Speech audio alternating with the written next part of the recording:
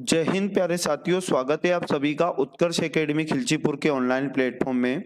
CRPF tradesman exam 2023 के लिए very most और इम्पोर्टेंट जीके एंड जीएस के क्वेश्चन इस वीडियो में हम लोग डिस्कस करने वाले हैं। प्यारे साथियों, ये सभी क्वेश्चन ऐसे हैं जो एग्जाम के अंदर कई बार रिपीट हुए हैं और आपकी आगे आने वाली एग्जाम के अंदर भी डेफिनेटली आपको क्वेश्चन इन्हीं प्रश्नों में से देखने को मिलेंगे। प्यारे साथियों, अगर जीके के अंदर आप बहुत अच्छा स्कोर करना चाहते हैं तो प्रतिदिन इस क्लास को जरूर देखा करें। इस प्रकार के वीडियो का आज हमारा 41वां पार्ट है।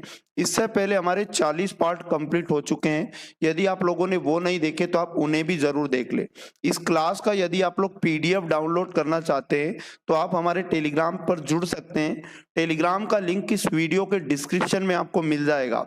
चैनल को यदि आपने अभी तक सब्सक्राइब नहीं किया तो चैनल को सब्सक्राइब कर लें और बेल आइकन को ऑन कर लें, जिससे आपको सभी वीडियो का नोटिफिकेशन तुरंत मिल पाएगा। आज का पहला क्वेश्चन है, निम्नलिखित में से कौन सी पीटी उषा की आत्मकथा है? तो प्यारे साथियों, इसका जो राइट आंसर हो जाएगा ऑप्शन नंबर 2 सही आंसर हो जाएगा, गोल्डन गर्ल। ये आत्मकथा पीटी उषा की है। अच्छा, और भी ऑप्शन आपको दिखाई दे रहे हैं। प्लेइंग इट माई वे, ये आत्मकथा किसकी है? तो याद रखिएगा सचिन तेंदुलकर की आत्मकथा है। The race to my life, याद रखिएगा मिल्खा सिंह की आत्मकथाएं। और सनी डेज अगर आपसे एग्जाम में पूछ ले, सुनील गावस्कर आपको याद रखना है। नेक्स्ट क्वेश्चन है, निम्नलिखित में से कौन सी दुनिया की सबसे गहरी खान है? आईएमपी क्वेश्चन लगाइएगा। दुनिया की सबसे गहरी खान अगर एग्जाम के अंदर पूछ ले तो याद रखिएगा मपोनेंग सोने की खान, दक्षिण अफ्रीका में ये पड़ती हैं। ऑप्शन नंबर 4 इसका सही जवाब आपको याद रखना है।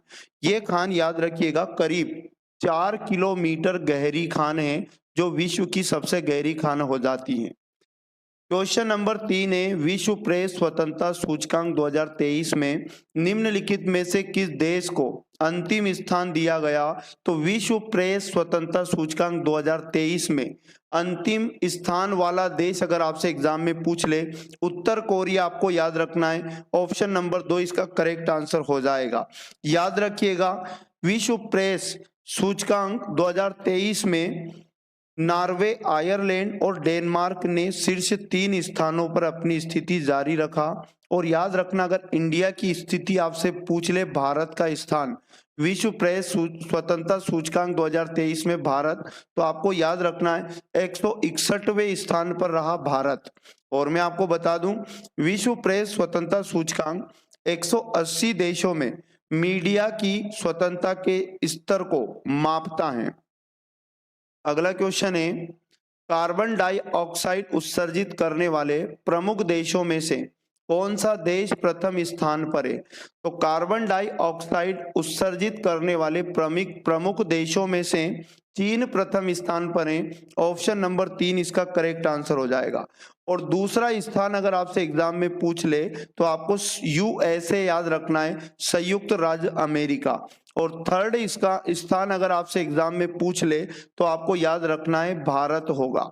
इसके तीनों स्थान आपको याद रखना है, अति महत्वपूर्ण क्वेश्चन है।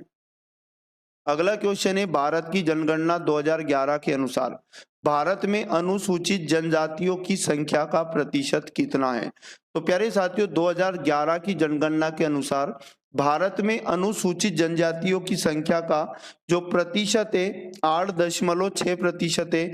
ऑप्शन नंबर 2 इसका करेक्ट आंसर हो जाएगा। अब इंपॉर्टेंट बात आपको समझ के रखना है, अनुसूचित जनजातियों का प्रतिशत तो 8.6% है, लेकिन अनुसूचित जातियों की संख्या का प्रतिशत यदि पूछ ले तो आपको 16.6% याद रखना है।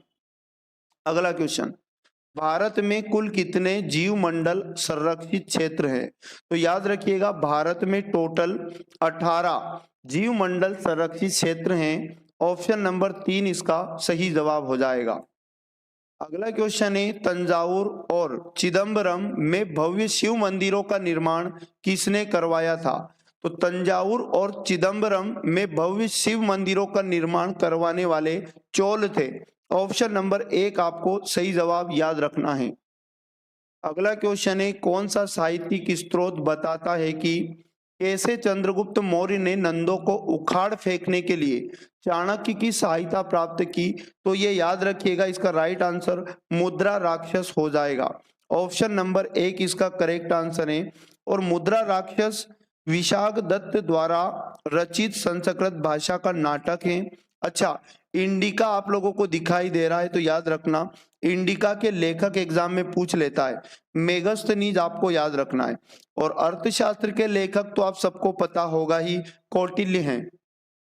क्वेश्चन नंबर 9 है, आर्थिक सर्वेक्षण 2023-24 के अनुसार भारत की अर्थव्यवस्था 2023-24 में कितने प्रतिशत बढ़ेगी?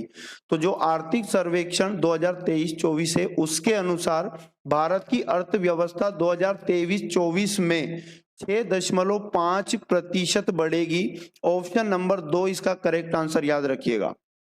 अगला क्वेश्चन है, बेंगलुरु में भारतीय विज्ञान संस्थान की स्थापना किसने की? आईएमपी क्वेश्चन है, भारतीय विज्ञान संस्थान कहाँ है? ये अगर एग्जाम में पूछ ले तो बेंगलुरु याद रखिए।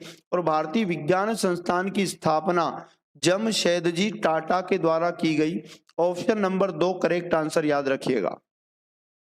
रतन टाटा को इनमें से किस देश के सर्वोच्च नागरिक सम्मान से सम्मानित किया गया है?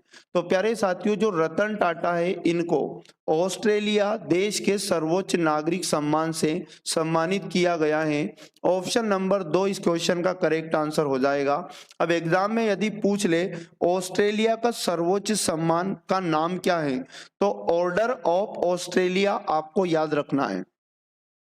नेक्स्ट क्वेश्चन है, भारत में सबसे बड़ा अंतरराष्ट्रीय स्कूल कहाँ स्थापित किया जाएगा?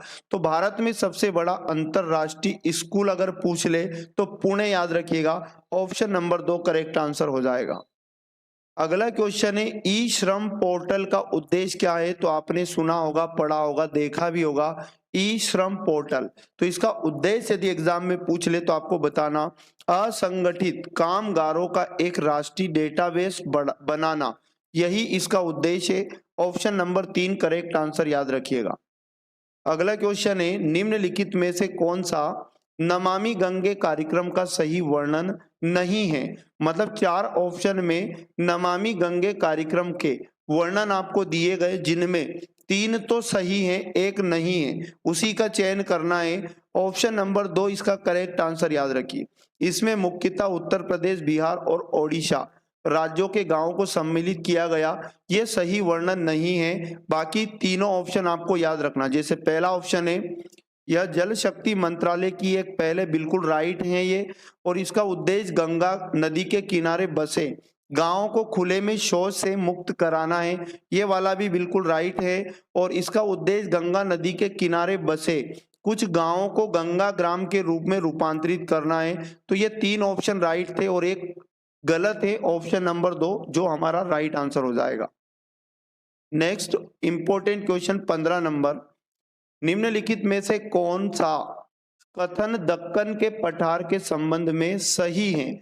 दक्कन के पठार के संबंध में सही कथन ढूंढना है। तीसरा इसका सही जवाब हो जाएगा ऑप्शन नंबर 3, दक्कन का पठार पश्चिम में ऊंचा है और ढलान पूर्व की ओर है, ये वाला राइट ऑप्शन हो जाएगा। ऑप्शन नंबर 3 इसका करेक्ट आंसर याद रखिएगा। तो ये थे वेरी मोस्ट और इम्पोर्टेंट 15 क्वेश्चन जो आपकी एग्जाम में आपकी काफी हेल्प करेंगे। इस क्लास का पीडीएफ आप लोग हमारे टेलीग्राम से डाउनलोड कर लीजिएगा। टेलीग्राम का लिंक आपको वीडियो के डिस्क्रिप्शन में मिल जाएगा। यदि वीडियो अच्छा लगा तो वीडियो को लाइक करें, शेयर करें। चैनल को यदि सब्सक्राइब नहीं किया तो सब्सक्राइब जरूर कर ले, जिससे आपको सभी वीडियो का नोटिफिकेशन मिल पाएगा। और सभी क्लासें आप जरूर देखा करें, मैथ का, हिंदी का, और उसके बाद जीके एंड जीएस की क्लास हमारे द्वारा शुरू की गई है। और यदि आप रीजनिंग का प्रैक्टिस सेट भी चाहते हैं तो कमेंट करके जरूर बताएं। मिलेंगे नेक्स्ट वाले पार्ट में, पढ़ते रहिएगा। जय हिंद, जय भारत, भारत माता की जय।